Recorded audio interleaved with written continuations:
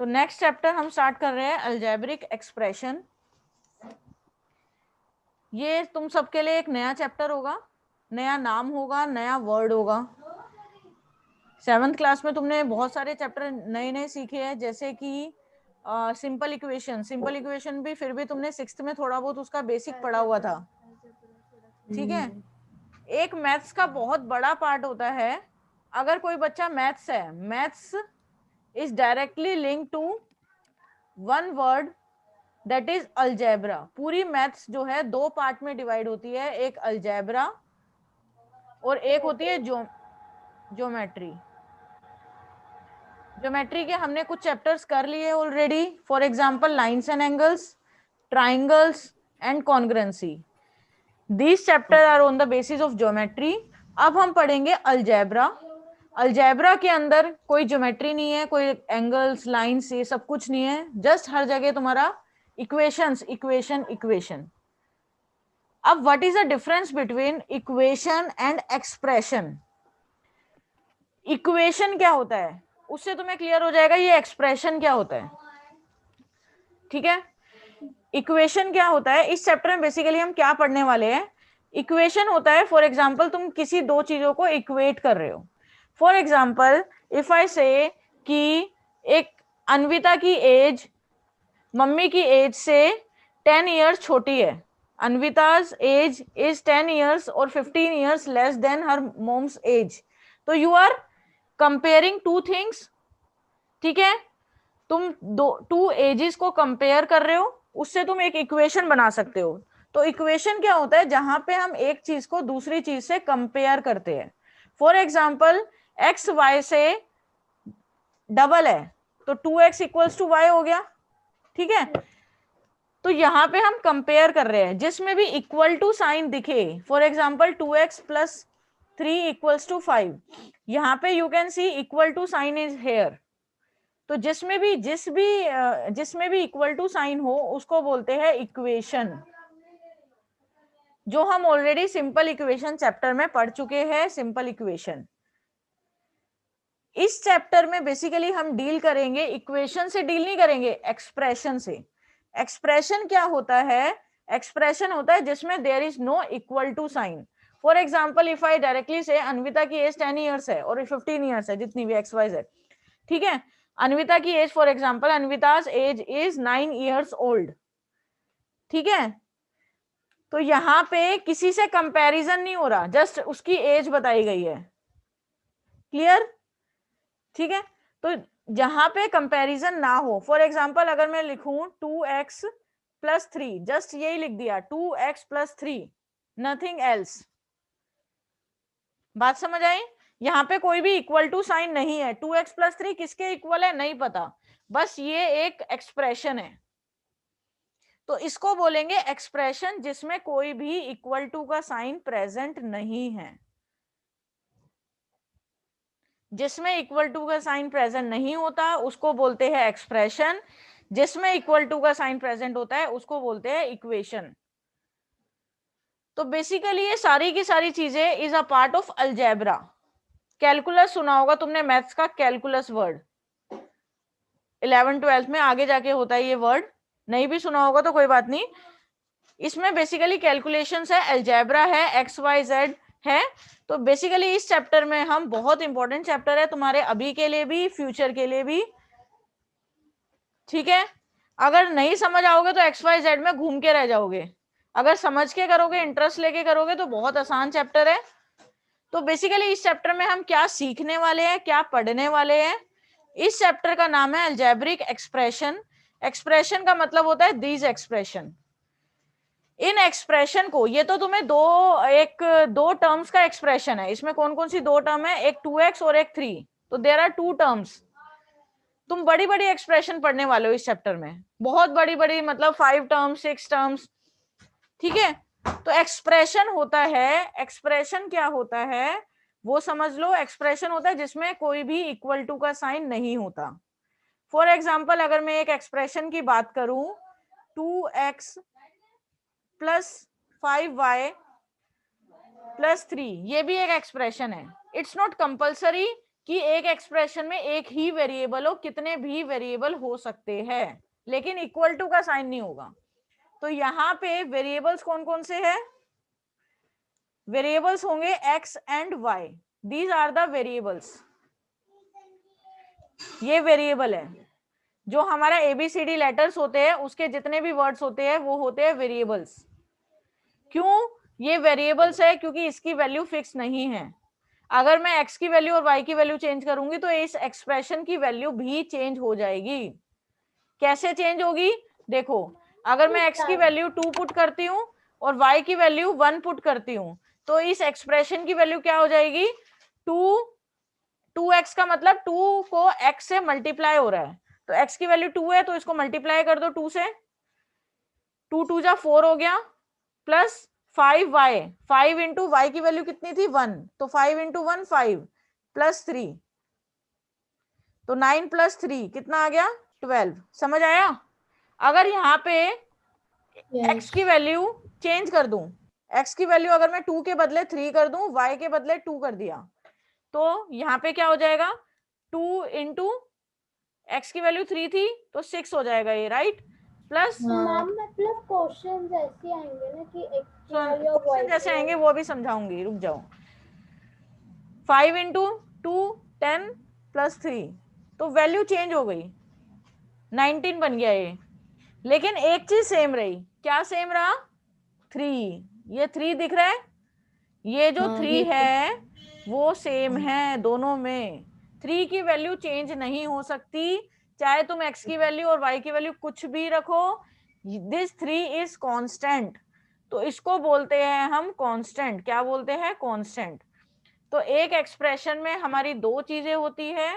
क्या क्या होता है? अगर मैं एक एक्सप्रेशन की बात करूं, that is 2x plus 5y plus 3, then this is called variable x and y are called variables, जिसकी वैल्यू चेंज होते रहती है, जिसकी वैल्यू चेंज होने से एक्सप्रेशन की वैल्यू पे इफेक्ट पड़ेगा। अगर मैं x और y की वैल्यू चेंज करूंगी तो इस एक्सप्रेशन का भी रिजल्ट चेंज हो जाएगा। कैसे करेंगे वैल्यू चेंज? वो सब बताती हूँ। ठीक है, तो x और y वेरिएबल्स हैं और ये मेरा क्या है? कांस्टेंट है। 3 मेरा है कांस्टेंट जिसके साथ कोई भी x और y नहीं होता। एक और एग्जांपल लेके करते हैं। जैसे अगर मेरे पास 2x प्लस 3 है तो इसके अंदर ये तो हो गया मेरा वेरिएबल और ये हो गया कांस्टेंट। कांस्टेंट वो होता है जिसके साथ कोई भी x y z नहीं प्रेजेंट होता। समझ आ गई बात? आगे देखो,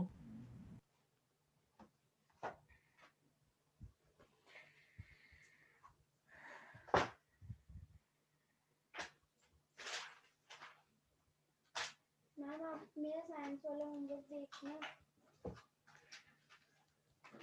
एक और क्वेश्चन लेते हैं। अगर तुम्हें दिखे 4x², ये 2 क्या है? इस 2 का मतलब होता है x multiply x। X cube का क्या मतलब होता है? x को 3 बार मल्टीप्लाई कर रहे हैं। x की पावर 4 का ये मतलब होता है पावर, x को 4 टाइम्स मल्टीप्लाई कर रहे हैं। ठीक है, x की पावर 5 होता तो x को 5 टाइम्स मल्टीप्लाई कर रहे होते। समझ आ गया? इसका मीनिंग क्लियर हो गया पावर का। दूसरी चीज, if I write x y, इसका क्या मतलब है? x multiply y।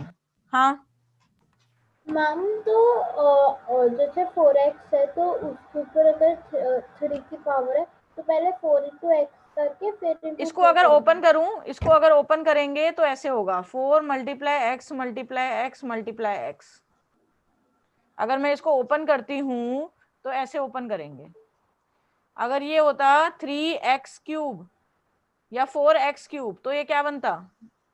5x² लिख लो। इसको क्या लिखेंगे? 5 मल्टीप्लाई x को 2 बार, तो मैम x को तो ऐसे लिखेंगे ना। अच्छा 2 टाइम्स। तो इसको लिखेंगे कैसे? बस यही मल्टीप्लाई करके, ये 2x है ना तो मतलब मीनिंग बता रही हूँ। 5x² का मतलब क्या होता है? 5x² का मतलब होता है 5 multiply x multiply x। Short form में ऐसे लिखोगे अगर कहीं पे तुम्हें ये दिखे 3xy, इसका क्या मतलब है? 3 मल्टीप्लाई हो रहा है x से और ये मल्टीप्लाई हो रहा है y से। समझ आ गई बात? अब नेक्स्ट बात करते हैं टर्म्स एंड फैक्टर्स क्या होते हैं।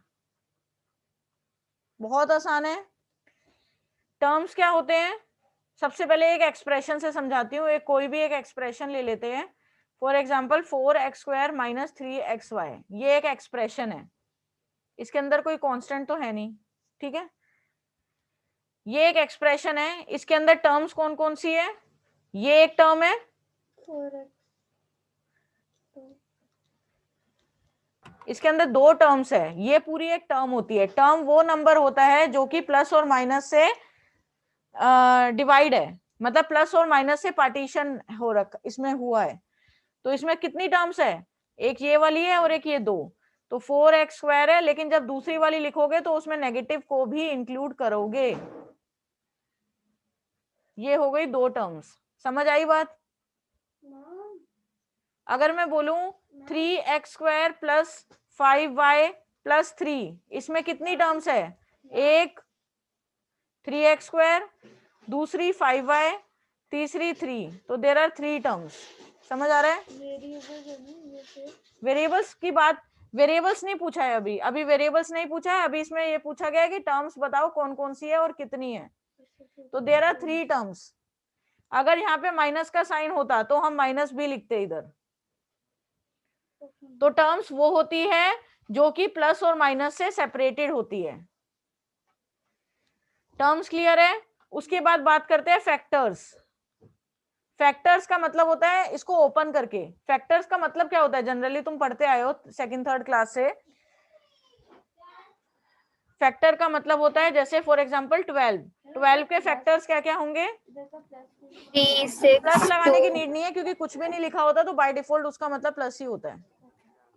नेगेटिव लिखना जरूरी होता है। जैसे 3 अगर लिखा है तो वो पॉजिटिव कंसीडर होता है ना। 12 के फैक्टर्स क्या होते हैं? 3, 2, 6, 3 prime factors. 6 prime prime, factors 3 multiply 2। Prime factors कैसे निकालते हैं? आते हैं निकालने? 6 और एक और 2, एक और 2। Ma'am 3, 2 prime square. फैक्टराइजेशन। हाँ, ऐसे ही निकालते हैं। तो 2 हाँ मल्टीप्लाई 2 हाँ, मल्टीप्लाई मल्टीप्लाई 2। 3, इस तरीके से करते हैं। मतलब इसको ओपन करके मल्टीप्लाई फॉर्म में लिखते हैं, मतलब इन तीनों को मल्टीप्लाई करके हमारा 12 ही आएगा, राइट। तो ऐसे ही इसके भी फैक्टर्स करने हैं। 4x² को ओपन करना है, तो एक तो 4 ही आ गया, और ये हो गया x², तो x और x, ये हो गए इसके फैक्टर्स। मतलब पूरा ओपन करना है और कुछ नहीं करना। इसको तुम 2 into 2 भी लिख सकते हो, 4 को, एक ही बात है। ओपन करने के बाद क्या करेंगे? बस ओपन करके ये फैक्टर्स हो गए।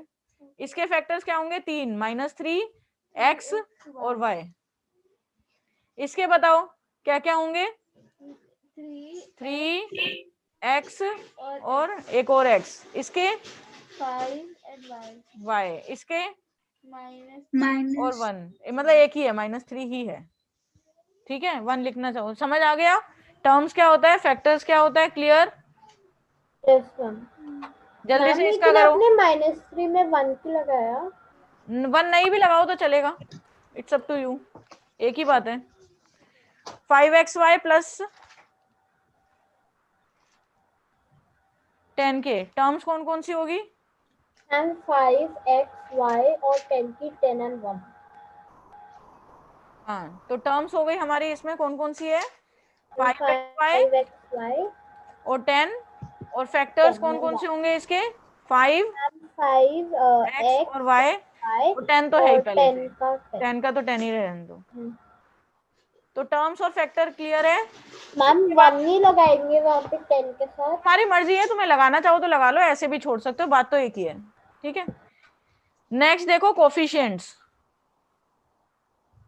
मैम क्या? कोफिशिएंट्स क्या होता है? इसको ट्री, जो अभी करवाया था ना जस्ट अभी, उसको ट्री डायग्राम बोलते हैं। क्या बोलते हैं? Tree. Diagram. Ma'am tree diagram तो कुछ और होता है ना, वो जो फैक्टर ट्री लाइक मेथड होता है, वो दूसरा है जो तुमने थर्ड फोर्थ, ये ट्री डायग्राम है। ये देखो, तुम देख सकते हो इधर page number,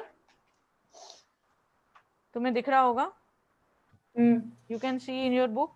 these are called the tree diagram. दिख रहा है जो हमने अभी फाइंड आउट किया था? ये देखो, सुन लूं, ले लूं टेस्ट हिंदी का जो कल आ रहा है, दो।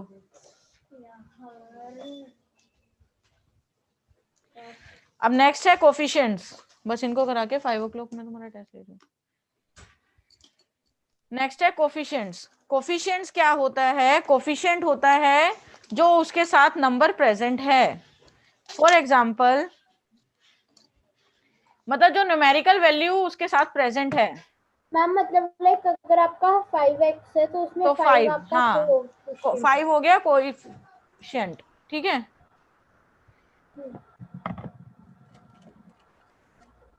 For example, if I right 5xy, ये क्वेश्चन आया, what is the coefficient of xy। xy का कोएफिशिएंट होगा जो xy के साथ न्यूमेरिकल वैल्यू क्या है? 5। तो xy का कोएफिशिएंट क्या होगा? 5 5 minus 2x square. What is the coefficient of x square? -2 minus 2. और मैम What is the इसके- coefficient of ma'am minus x square? इसी में ही स्क्वायर खाली 2। खाली 2 होगा। हाँ माइनस मतलब कोएफिशिएंट जिसका भी बोला जाए ना, तो वो टर्म हटा के जो बच गया उसको बोलते हैं कोएफिशिएंट। मतलब न्यूमेरिकल कोई भी बच वैल्यू, गया। मतलब कि उसके अलावा जो टर्म बच गई। जैसे for example, if I ask you ma'am what मतलब इज अगर द उसमें से वेरिएबल हटा दो जो भी टर्म बच जाएगी वो उसका 2y का कोएफिशिएंट क्या होगा? तो 2 और y 2y हटा दो, x स्क्वायर। स्क्वायर। अच्छा वैसे ओ हाँ। लेकिन ज्यादातर न्यूमेरिकल वैल्यू ही पूछी जाती है, ज्यादातर तुमसे यही पूछा जाएगा एक्स स्क्वायर वाई का कोफिशिएंट बताओ। 2। इसका बताओ, -9x³ इसमें if I ask you x³ का कोफिशिएंट क्या है? -9 2x + 3xy²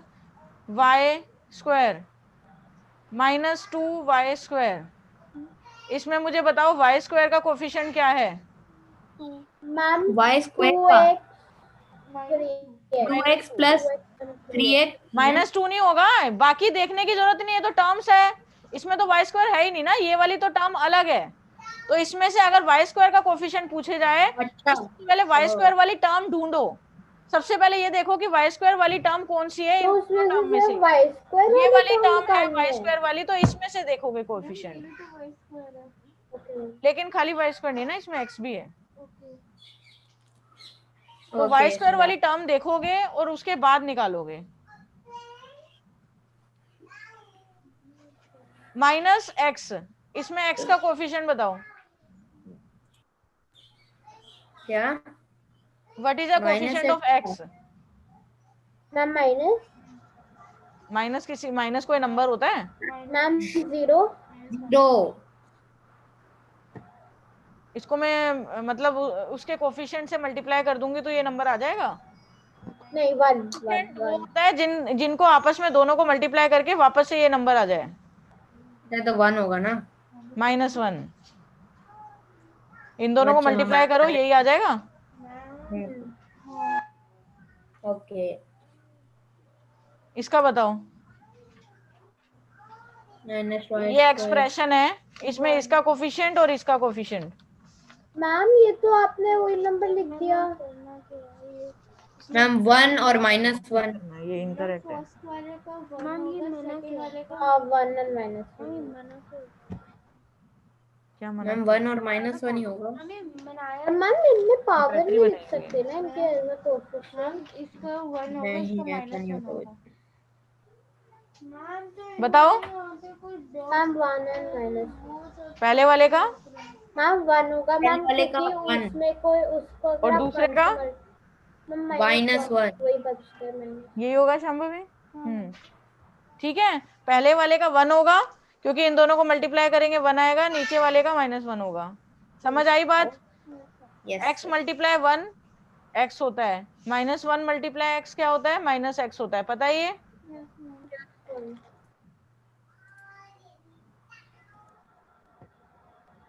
इसमें मुझे x² y² का कोफिशिएंट बताओ। x स्क्वायर और y स्क्वायर का मैम 1 और मैम 1 z 1 क्या क्या क्या z कहाँ से आ गया? दूसरी टर्म में पहुंच गए तुम तो। नहीं मैम, हाँ मैम हम्म, -1 -1 1 हाँ 1 क्यों बोल रहे हो? एक्स स्क्वायर वाई स्क्वायर वाली टर्म ये वाली है, अच्छा मेरे को लगा आप नहीं अच्छा एक्स स्क्वायर वाई स्क्वायर वाली टर्म ये है, तो इसने बोला 1, 1 में कैसे हो जाएगा? इन दोनों को मल्टीप्लाई मैम करेंगे तो ये, मैंने -1 बोला। मतलब जिसने भी बोला था, इसने बोला है, मैंने नव्या नहीं बोला। मैम आरुष ने बोला था। explain construction of Okay. bulb along with diagram.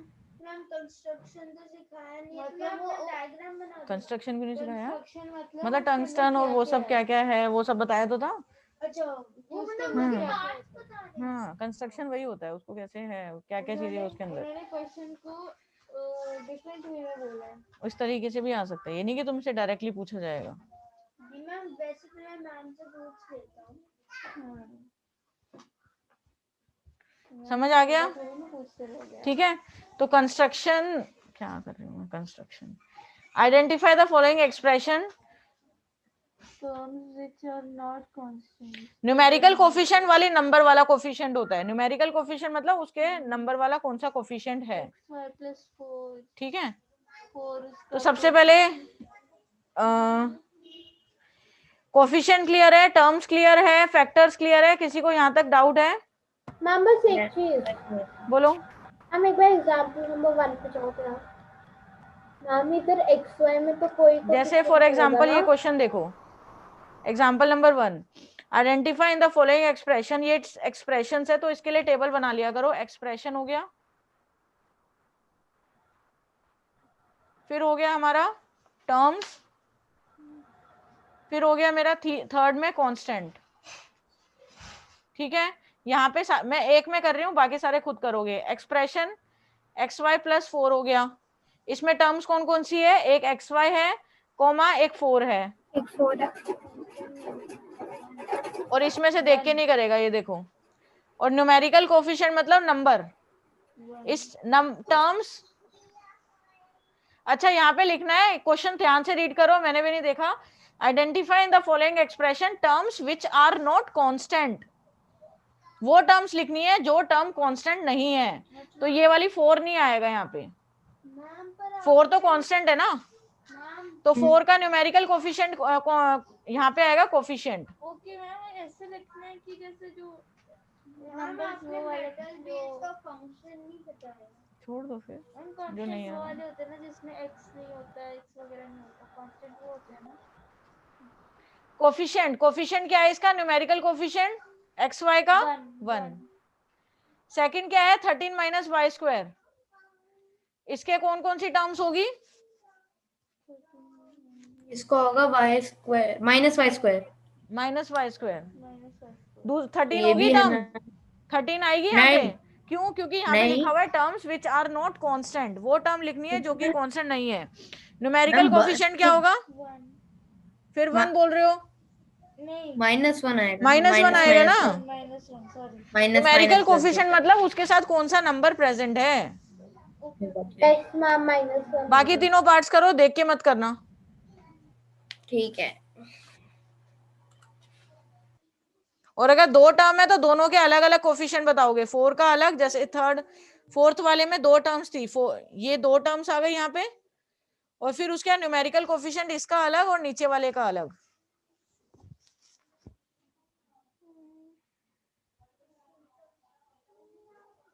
Ma'am कौन सा ऐसे शुरू करना है? मैम दिखा दो एक बार।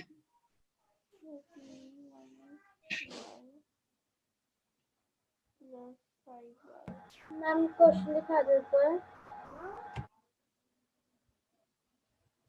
मैम फिलामेंट ग्लो करता है ना।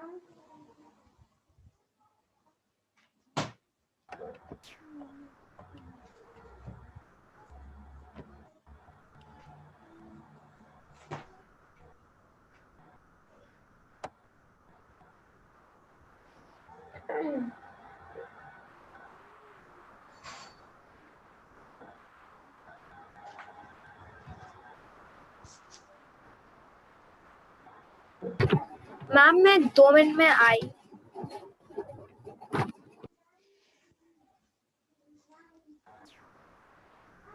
मैम दिखा दो। टर्म्स मैम मैं बोल रही हूँ पार्ट्स दिखा दो। टर्म्स और कोफिशिएंट क्लियर है? टेबल बना के करना।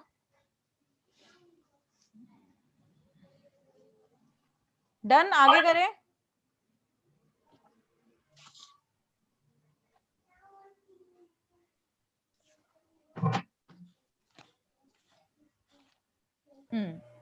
Next is like term and unlike term.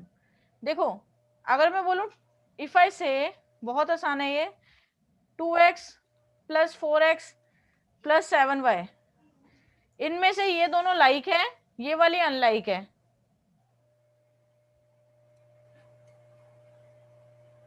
क्योंकि इनके वेरिएबल सेम है। इनको हम मैम एडिशन लाइक टर्म्स और प्लस, इनलाइक टर्म्स क्या होता है? वही समझा रही हूँ, उनको हम आपस में प्लस और माइनस कर सकते हैं। For example 2x 3x 4y 4x, x है ये, 4x माइनस 2x, ये सारी लाइक टर्म्स है। ये क्या है? लाइक।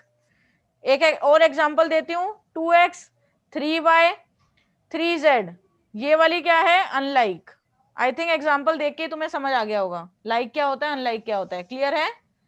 इसमें सब में वेरिएबल सेम है, अच्छा मतलब जिसमें वेरिएबल सेम है अलग उसे अलग लाइक है। एज इट इज होता सेम है। होना चाहिए, वेरिएबल सेम होना चाहिए, मतलब x और x और कोफिशिएंट x ही अलग। होना हाँ, चाहिए। सब में अगर एक जगह x है तो सब जगह x ही होना चाहिए, जब कोफिशिएंट चाहे अलग हो। कोफिशिएंट चाहे अलग हो, क्योंकि सेम अगर वेरिएबल होता है तभी तुम उसको ऐड या फिर सब्ट्रैक्ट कर सकते हो। 2x प्लस 2x 4x होता है, लेकिन 2x प्लस 2y अगर बोला जाए तो वो 4y नहीं होता, इसको तुम मैम तो प्लस नहीं कर अनलाइक सकते। वालों को कैसे करते हैं ऐड या अनलाइक सब्ट्रैक्ट? वाले को कर ही नहीं सकते ऐड और सब्ट्रैक्ट, उसको एज इट इज छोड़ना होगा। ऐसे फ्रैक्शंस की तरह नहीं हाँ, है ये बताओ, मैं दो एक्सप्रेशन बोलूंगी, दो टर्म्स बोलूंगी, तुम्हें ये बताना है क्या वो लाइक है या अनलाइक है। 2x, जल्दी बताते रहो। Ma'am unlike. Anyone can tell.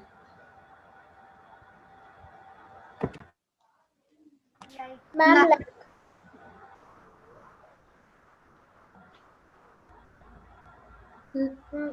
Unlike. Ma'am unlike. As it is same होना चाहिए, ठीक है? अच्छा, टू का कुछ नहीं होगा? कहाँ सेम है? ये अनलाइक है ना। अनलाइक है। हाँ अनलाइक है, यहाँ पे एक्स वाई है, यहाँ पे एक्स वाई स्क्वायर है। अनलाइक। लाइक क्यों? यहाँ पे एक्स स्क्वायर मैम है। अनलाइक बोला। अच्छा, अनलाइक बोला था, ठीक है। 90 के अलावा और किसी को आंसर नहीं देना है? मैम मैं बोल तो रही हूँ। अंजनी थोड़ा बहुत बोल रही है, बाकी मैम आरुष तो घूमे जा रहा है। Ma'am unlike. नहीं मैम मैं मैम ये अनलाइक है। बाय बाय वो और मैम अनलाइक। ठीक है, ये अनलाइक है। तो हमेशा लाइक फ्रैक्शन को ही हम प्लस या माइनस कर सकते हैं, अनलाइक को नहीं कर सकते। जैसे इन दोनों के बीच में मैं प्लस लगा दूं तो इसका आंसर भी यही रहेगा, सेम। इसको कर ही नहीं सकते। इनके बीच में लगा दूं प्लस तो क्या आंसर आ जाएगा? 2 + 3 5 हो जाता है। वेरिएबल को एज इट इज लिखते हैं, इनको मत प्लस कर देना। 2 + 3 करेंगे 5 और ये एज इट इज रहेगा। ऊपर वाला तो लाइक है, नीचे वाला अनलाइक है। तुम्हें जो लगता है अपने हिसाब से कर लो। इसमें अगर इसका तुम क्यों बता रहे हो इसका ये उसे? हो जाएगा तो फिर मतलब तभी लाइक ही रहेंगे। नहीं, अनलाइक है ना, फिर अनलाइक हो जाएगा। अनलाइक ही है ये। तुम्हें वो सिखाऊंगी, लाइक अनलाइक। क्लियर है? Yes ma'am.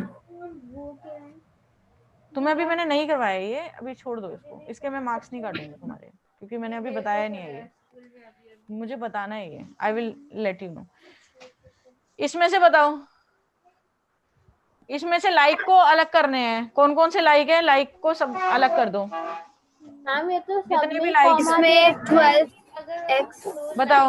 12x प्लस और माइनस में सिखाऊंगी अभी नेगेटिव कराए हैं। 25x कर देंगे तो वो लाइक ही रहेंगे ना। हाँ हाँ हाँ। और एक x 12x के साथ कौन कौन सी लाइक है? नेगेटिव 25x और x और और x x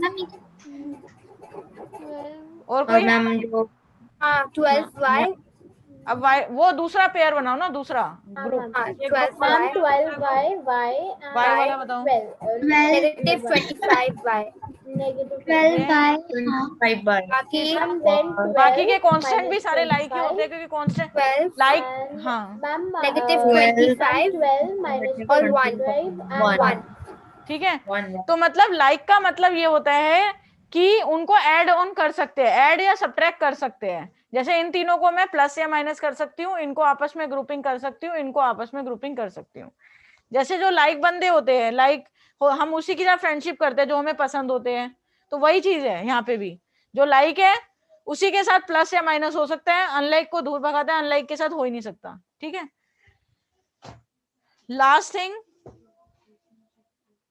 for today's lecture is monomial, binomial, trinomial, polynomial. ये भी बहुत आसान है, जिसमें एक सिंगल टर्म है मतलब मोनोमियल, वन टर्म। एक expression consist of one term, monomial. Expression consist of two term, binomial. Expression consist of, जिसको नोट डाउन करना है नोट डाउन कर सकता है, थ्री टर्म्स, और trinomial. Polynomial 4 term. More than नाम थ्री। नहीं है, नाम नहीं है। 2 terms by try जैसे फॉर एग्जाम्पल नाम से ही पता चल रहा है, मोनो मीन्स वन। जैसे कि अगर मैं बोलूं 3x, ये कौन सा होगा? एक ही टर्म है, ये एक मोनोमियल है। इस एक्सप्रेशन का नाम है ये। इस एक्सप्रेशन को हम मोनोमियल भी बोल सकते हैं। इफ आई से 3x + 2, ये कौन सा है? Ma'am binomial binomial. क्यों? क्योंकि इसके अंदर 2 टर्म है। दो है। ट्राइनोमियल का एक एग्जांपल बताओ। 3x + 2 + ma'am 3। 3x + 2 + 3y 3 same मत बोलो ना, ये अलग अलग अच्छा है। 4। लाइक लाइक मत बोलो सेम। पॉलिनोमियल का 3, 2 या उससे ज्यादा। चलो ये बताओ इसमें अच्छा पहला कौन सा है? a + b। मैम पहला वाला बाइनोमियल। बाइनोमियल आई मीन बताते रहो। हाँ पहले वाला बाइनोमियल बाइनोमियल, ठीक है। दूसरा मैम AB+ बायन नहीं ट्राइनोमियल क्योंकि 3 टर्म है, a b पॉलिनोमियल। + पॉलिनोमियल से ट्राई भी बोल सकते हैं। मैम 4 टर्म है ना। पॉलिनोमियल होता है एक या एक से ज्यादा सबको जैसे पॉलीगन नहीं होता। मैम पॉलिनोमियल पॉलीगन होता मैम है नेक्स्ट ना, वाला जैसे सुन लो, पॉलिनोमियल होता है 2 या 2 से ज्यादा सब। पॉलिनोमियल तो सभी होते हैं, हाँ मैम जैसे पॉलीगन होता है। तीसरा बताओ। देखो मैम a + b, नेक्स्ट पहला a पॉलिनोमियल उसके बाद है पॉलिनोमियल सेकंड में a b, XY mono binomial binomial second and वाला है a b then + a। XY plus कितनी टर्म मैम फिर है? ट्रायनोमियल बायनोमियल फिर 5x² - तीसरी टर्म क्या x है? ab + a + b - 5। ये 2 3 है। बायनोमियल ट्रायनोमियल 4 है ये। मैम मैंने वही मैम बोला था। पॉलिनोमियल ही तो पॉलिनोमियल पॉलिनोमियल। उसके बाद है xy, नहीं उसके बाद है हाँ xy। ये मैम मैम बायनोमियल। मोनोमियल कहाँ है अरुष तुम? मोनोमियल सॉरी मोनोमियल ये बताओ अन्विता। मैम ये वाला बाइनोमियल। मैम अगर मैंने 4xy का जैसे इसमें ऊपर एग्जांपल है तो ये यहाँ पे लिखा है मोनोमियल रहेगा, पर उसमें इसका मतलब मल्टीप्लिकेशन होता है तो वो मल्टीप्लिकेट टर्म्स देखी जाते हैं, टर्म्स। तो फिर इसके अंदर टर्म कितनी है? 4xy, एक ही तो टर्म है। एक टर्म है। टर्म एक है, फिर उसके फैक्टर्स हमारे 3 बनेंगे, 4x और y। जब तक साइन नहीं आता तब तक हाँ, जब ये तक बीच एक में टर्म प्लस या होता है। माइनस का साइन नहीं होता तब तक वो एक ही टर्म रहती है। समझ आ गया? Monomial, binomial, trinomial. यस। अब इसके क्वेश्चन लिखो जो तुम्हें अभी बैठ के करने हैं। अभी इजी रहा है अभी तक तो। मैंने मुझे लगा नाम इतने ऐसे वाले तो मुझे लगा थोड़ा हम घर से क्या करना है फिर? Example number 3। अच्छा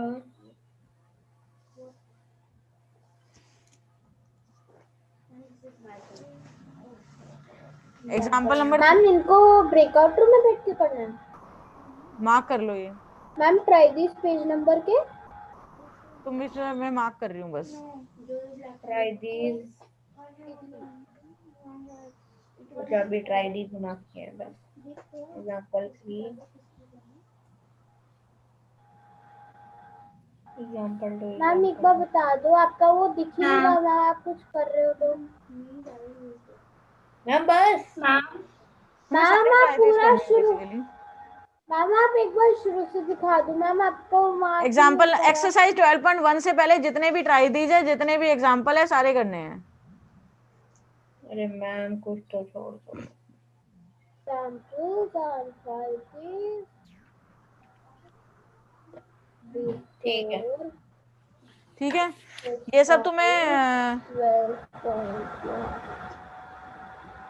ठीक है, ब्रेकआउट रूम पे सेंड कर रही हूँ, ये करो, अपने आप से करने हैं। होमवर्क का एक क्वेश्चन लिख लो, तुम्हें वो मिल जाएगा असाइनमेंट ऐप पे, और एक क्वेश्चन मिल रहा है बस होमवर्क के लिए, जो तुम्हें होमवर्क में करना है।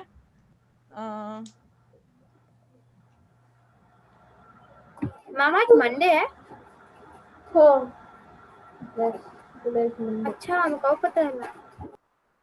Question number 2 exercise 12.1।